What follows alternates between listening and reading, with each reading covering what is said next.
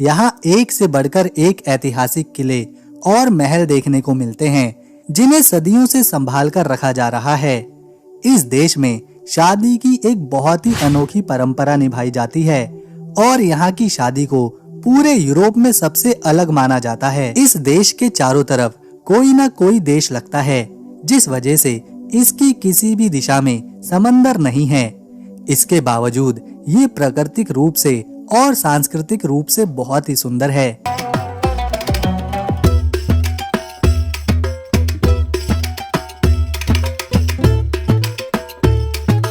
इस देश की राजधानी दो देशों के बॉर्डर को छूती है। साथ ही साथ आपको यहाँ यूरोप की सबसे लंबी नदियों में से एक बहती हुई नजर आएगी। यहाँ आपको महिलाओं की संख्या पुरुषों की तुलना में काफी ज्यादा देखने को मिलेगी।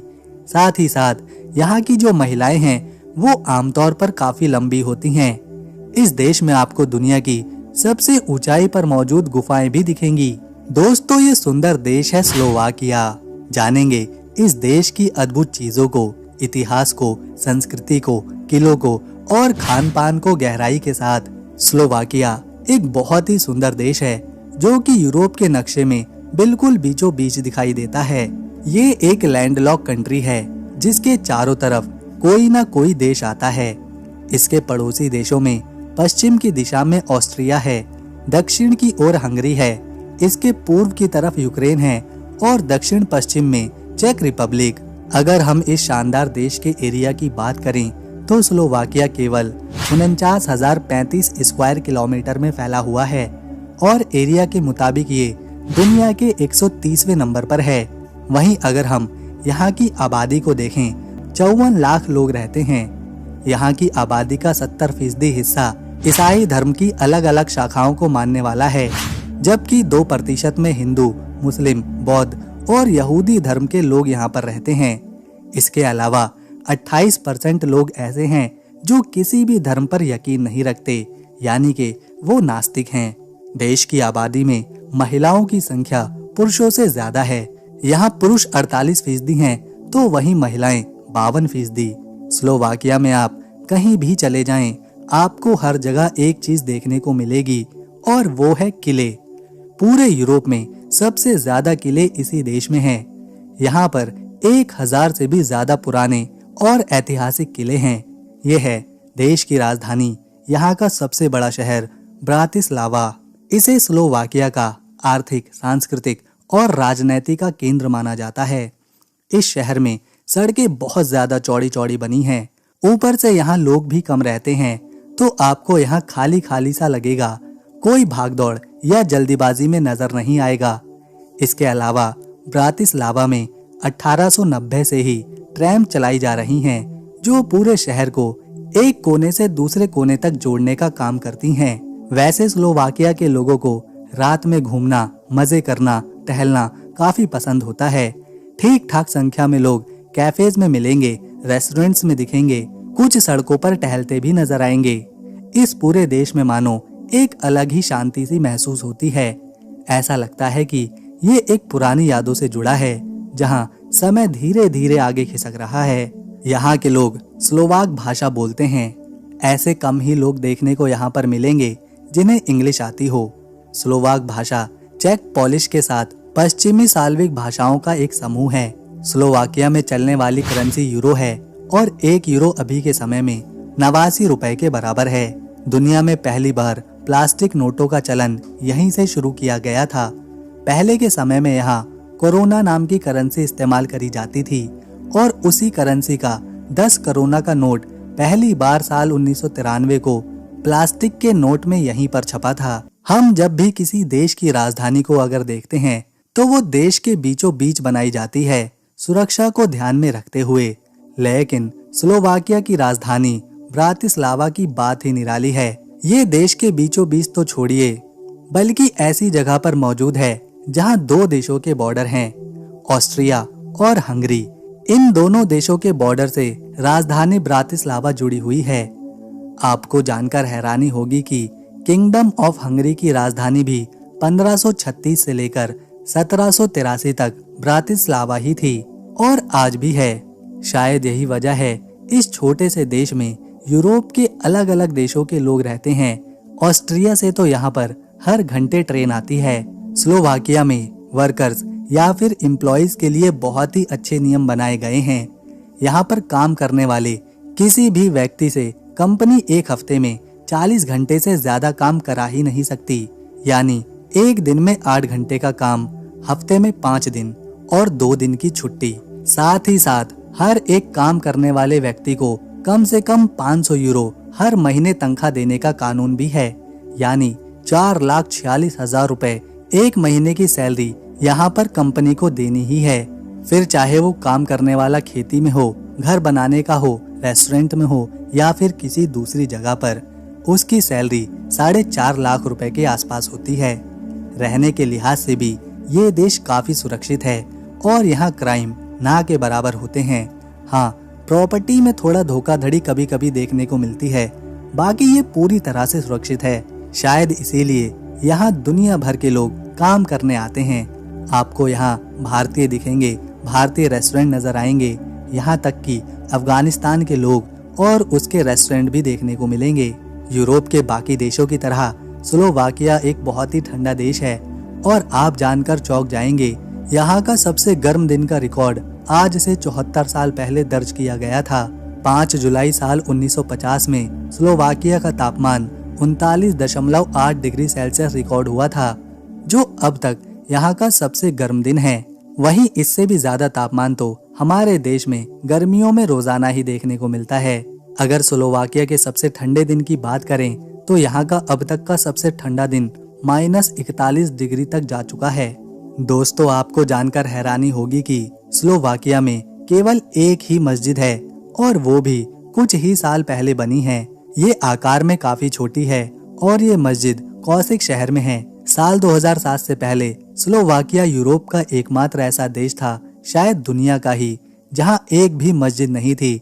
लेकिन साल 2007 में पहली बार राजधानी ब्रातिस्लावा में इस्लामिक सेंटर खोला गया था। सबसे प्रसिद्ध किला ब्रातिस्लावा का है, जो राजधानी में देखने को मिलता है।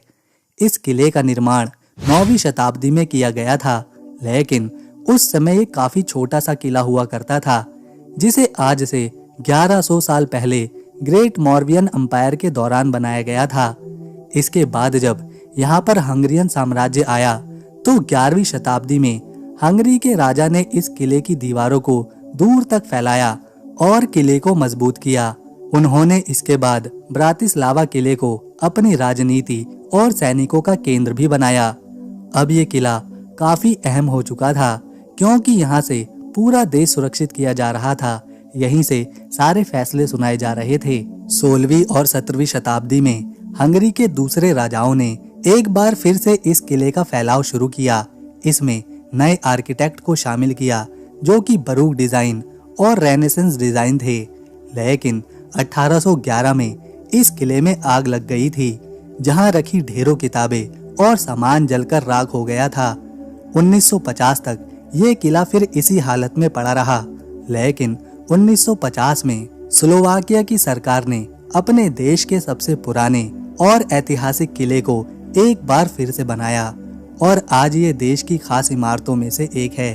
ये एक प्रसिद्ध टूरिस्ट स्पॉट भी है, यहाँ काफी सारे लोग इसे देखने आते हैं। स्लोवाकिया में ट्रांसपोर्ट सिस्टम को काफी अच्छा माना जाता है, खासतौर पर ट्रेन के सफर को, क्योंकि 26 साल तक के सभी विद्यार्थियों और 62 साल से ज्यादा के सभी बुजुर्गों के लिए यहाँ पर ट्रेन का सफर बिल्कुल फ्री होता है। स्लोवाकिया में शिक्षा को काफी महत्व दिया जाता है और इसी वजह से यहाँ के सारे लोग पढ़े लिखे हैं। बच्चों को तर्क विज्ञान और एक्सपेरिमेंट के साथ पढ़ाया जाता है। इस देश का इतिहास काफी ज्यादा दिलचस्प रहा है, क्योंकि 1918 में एक देश बनाया गया था जिसमें चेक के लोगों को और स्लोवाक के लोगों को एक साथ मिलाया गया था। उस समय यहाँ की राजधानी प्राग हुआ करती थी और ये देश चेकोस्लोविया के नाम से जाना जाता था। इन दोनों देशों के लोगों में से चेक के लोगों को ज्यादा आर्थिक सहायता और राजनीति में जगह दी जाती थी, वहीं स्लोवाक आबादी इससे खुश नहीं थी। इसके बाद जब यहाँ 1948 में कम्युनिस्ट पार्टी ने अपना कब्जा जमाया और इसके बाद दोनों समूहों के लोगों के बीच विवाद और बढ़ गया। स्लोवाकिया के लोगों को लगता था कि उन्हें मदद नहीं दी जा रही, राजनीति में शामिल नहीं किया जा रहा, जिस वजह से वो कमजोर होते जा रहे हैं। लेकिन साल 1989 में यहाँ एक क्रांति आई जिसे वेलवेट रेवोल्यूशन के नाम से जाना जाता है। इस क्रांति के बाद कम्युनिस्ट पार्टी को यहाँ से जाना पड़ा था और देश में एक लोकतंत्र कायम हुआ था। इसके बाद 1992 में स्लोवाकिया के लीडर्स और चेक के लीडर्स दोनों ने अलग होने का फैसला किया। दोनों पक्षों के लीडरों की बातचीत हुई और फिर 1 जनवरी 1993 में चेकोस्लोवाकिया टूट गया। इसमें से एक बना चेक रिपब्लिक और दूसरा बना स्लोवाकिया। 1999 में फिर स्लोवाकिया नाटो का सदस्य बना। 2004 में यूरोपीय यूनियन का हिस्सा बना और इस तरह आज स्लोवाकिया एक विकसित और सुरक्षित देश बन चुका है। यूरोप की दूसरी सबसे लंबी नदी डैन्यूब, जो कि इसी देश के बीचों बीच से बहती है, और ये नदी इस देश की अर्थव्यवस्था को काफी मजबूती देती है। ये नदी जलमार्ग का एक मुख्य रास्ता है, मछली पकड़ने के लिए काम में ली जाती है और इसका पानी खेती के लिए भी काम में आता है। ये नदी 28,060 स्क्वायर किलोमीटर लंबी है। इसके अलावा पर्यटन भी यहाँ का एक मुख्य व्यापार है, क्योंकि स्लोवाकिया में हर साल 50 लाख लोग घूमने आते हैं, छुट्टियां बिताने आते हैं, जिस वजह से करोड़ों डॉलर्स इस देश में अपने आप आते हैं। स्पिस कैसल स्लोवाकिया के सबसे बड़े और सबसे प्रसिद्ध किलों में से एक है, जो यूनेस्को विश्व धरोहर स्थल है। ये पूर्वी स्लोवाकिया में स्पिस क्षेत्र में मौजूद है। ये किला 12वीं शताब्दी में बनाया गया था और मध्यकालीन वास्तुकला का एक जीता जागता उदाहरण है। ये किला एक पहाड़ी पर मौजूद है, जो इसे एक शानदार और आकर्षक दृश्य प्रदान करती है। ये कोई छोटा मोटा किला नहीं है। ये पूरा किला 41,426 स्क्वायर मीटर में फैला हुआ है। किले का निर्माण हंगेरियन साम्राज्य के दौरान शुरू हुआ था और इसे रणनीतिक रूप से एक ऊंची पहाड़ी पर बनाया गया था ताकि दुश्मनों से रक्षा करी जा सके। 1993 में इसे यूनेस्को विश्व धरोहर स्थल घोषित किया गया, जो इसकी ऐतिहासिक और सांस्कृतिक महत्व को दर्शाता है। किले के अंदर एक म्यूजियम भी है, जहां मध्यकालीन हथियार, कवच और अन्य ऐतिहासिक वस्तुएं रखी गई हैं। पर्यटक किले की दीवारों पर चढ़कर आसपास के खूबसूरत पहाड़ों और घाटियों का नजारा ले सकते हैं। इस किले का इस्तेमाल कई अंतर्राष्ट्रीय फिल्मों और टीवी शोज में किया गया है, जैसे ड्रैगन हार्ट और द लास्ट लीजियन। ये है ब्रोजिन्स कैसल। ब्रोजिन्स कैसल स्लोवाकिया के सबसे खूबसूरत और रोमांटिक महलों में से एक है, जो पश्चिमी स्लोवाकिया के ब्रोजिन शहर में मौजूद है। ये एक परियों की कहानी जैसा महल है, जो अपनी शानदार वास्तुकला और ऐतिहासिक महत्व के लिए जाना जाता है। इसे 12वीं शताब्दी में बनाया गया था, लेकिन 19वीं शताब्दी में इसे फिर से दोबारा बनाया गया, जिसने इसे एक रोमांटिक और गॉथिक शैली दी। ब्रोजिन्स कैसल को अक्सर स्लोवाकिया का डिज्नी कैसल भी कहा जाता है, क्योंकि इसकी संरचना और डिजाइन डिज्नी के लोगों में दिखने वाले महल से मिलती जुलती है।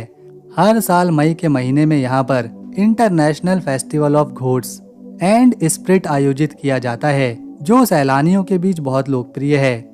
इस दौरान महल में भूतों और आत्माओं से संबंधित कहानियों को एक नाटक के रूप में पेश किया जाता है। महल के अंदर एक संग्रहालय है, जहाँ कला, फर्नीचर और ऐतिहासिक वस्तुएं रखी हुई हैं। यहाँ की गोल्डन केव भी एक आकर्षण का केंद्र है, जो प्राकृतिक चूना पत्थर से बनी है। महल के आसपास एक खूबसूरत उद्यान और चिड़ियाघर भी है, जो इसे परिवार के लिए एक आदर्श स्थान बनाते हैं। इस महल का उपयोग भी कई फिल्मों और टीवी शोज में किया गया है और इसी वजह से ये महल अंतर्राष्ट्रीय स्तर पर प्रसिद्ध है। स्लोवाकिया में शादी की एक अजीब परंपरा निभाई जाती है, जिसमें दुल्हा और दुल्हन के हाथ में झाड़ू या फिर साफ सफाई करने वाला ब्रश दिया जाता है। साथ में परिवार वाले भी होते हैं। दुल्हा और दुल्हन अच्छी तरह से तैयार होते हैं। एक महिला दुल्हन की तरफ से आती है, जो अपने हाथ में एक कांच की प्लेट लेकर खड़ी होती है और दूल्हे को समझाती है कि उसे क्या करना है। दरअसल वो महिला उस कांच की प्लेट को नीचे गिराती है और दूल्हे को उस कांच की प्लेट को नीचे गिरने से पहले ही अपने जूते से मारकर तोड़ना होता है।